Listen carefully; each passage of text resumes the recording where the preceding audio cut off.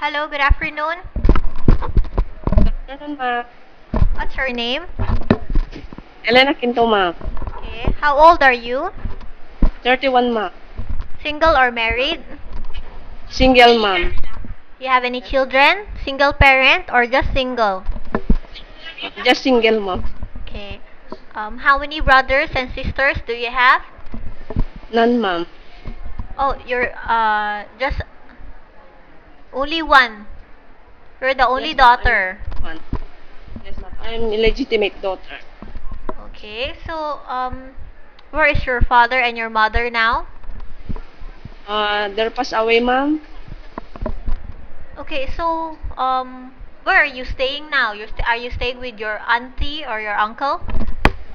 Uh, yes, ma'am. My relatives. Okay. Do you have any working experience?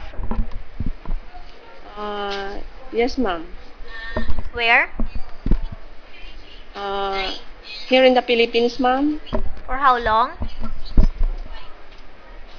2 years, ma'am. Okay. You work where? Is it also your relative or another person?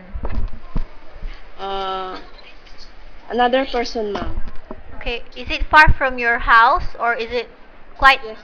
very far from your house? Yes, ma'am. How far from your house? Uh,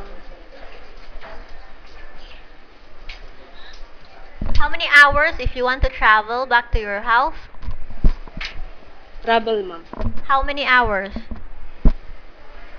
2 hours, ma'am. Okay, so how many times do you go back to your house? Uh, once a month, ma'am. Once a month, okay? So what do you do in this employer house? What do you do in the employer house? Uh, cleaning their house, ma'am, taking their baby, washing their clothes, cooking foods.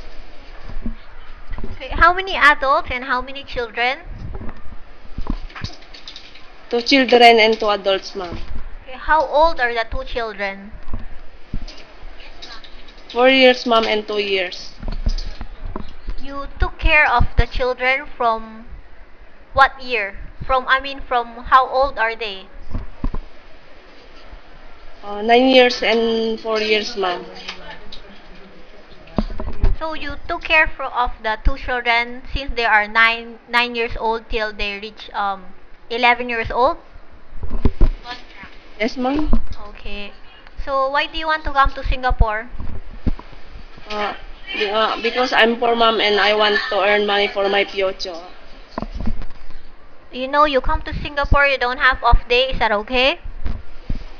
Uh, I'm willing to learn, ma'am. No, I mean you come to Singapore, no off day. Is that okay? Yes, ma'am. Okay. No handphone also. Yes, ma'am. Okay. Thank you. Thank you.